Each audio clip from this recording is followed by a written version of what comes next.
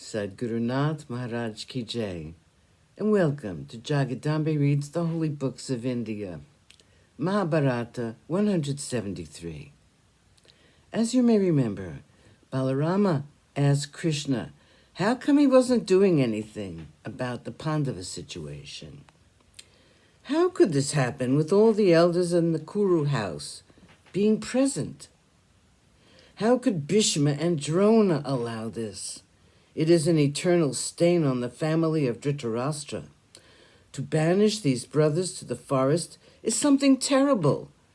To banish them to the forest for so many years and to enjoy their kingdom is something I did not expect Duryodhana to do.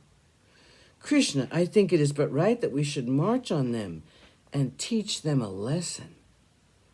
Looking at these twins, Sahadeva and Nakula, my blood boils with anger. Look at Bhima. Think of his power. And look at his dress fit only for pilgrims and mendicants. It is a shame. I saw Yudhishthira surrounded by all the kings of the earth when I last saw him.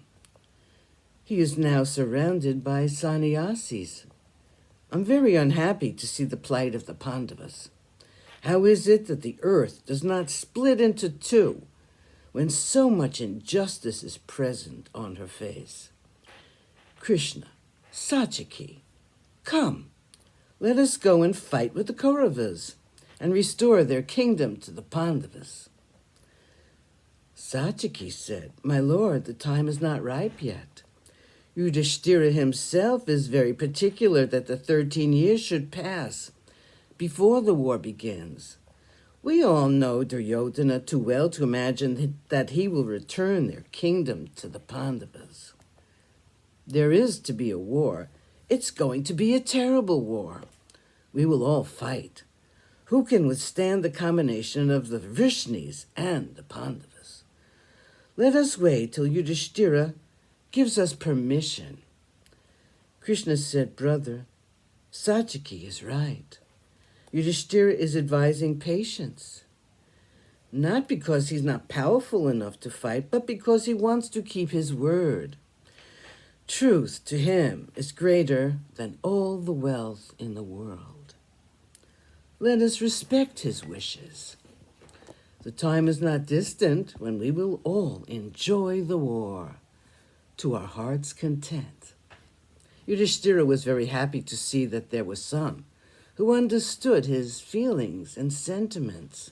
He had been listening to Bhima and Draupadi since ever so long, ever since they came to the forest.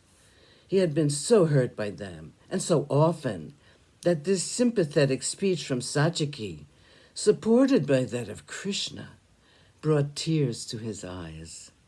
He said, my lord Balarama's anger has already begun to destroy the Kauravas. It only needs the touch of Krishna and Satyaki to finish the conflagration. I have no fears about the future. I know that Bhima and Draupadi will be happy to see the Kauravas destroyed. I am happy and grateful to you for the affection you have for us.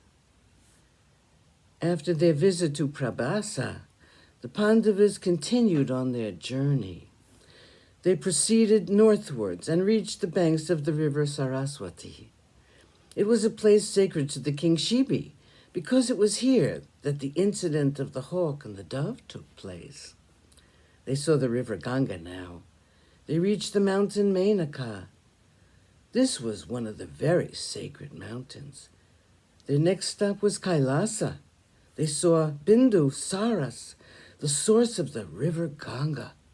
They saw the 7 streams, 3 of which flowed west, 3 toward the east, and the 7th, which followed Bhagirata. The Pandavas now saw the mountain Mandara. This Mandara mountain was the dwelling place of Kubera. Yudhishthira invoked the spirit of the mountain and offered his prayers. He prayed to the rivers Ganga and Yamuna. The Pandavas found the place so restful and soothing. Even Bhima forgot his misery and was happy on the slopes of the mountain Mandara. Sadhgurunath Maharaj Ki Jai. Thank you for coming. I hope you come again.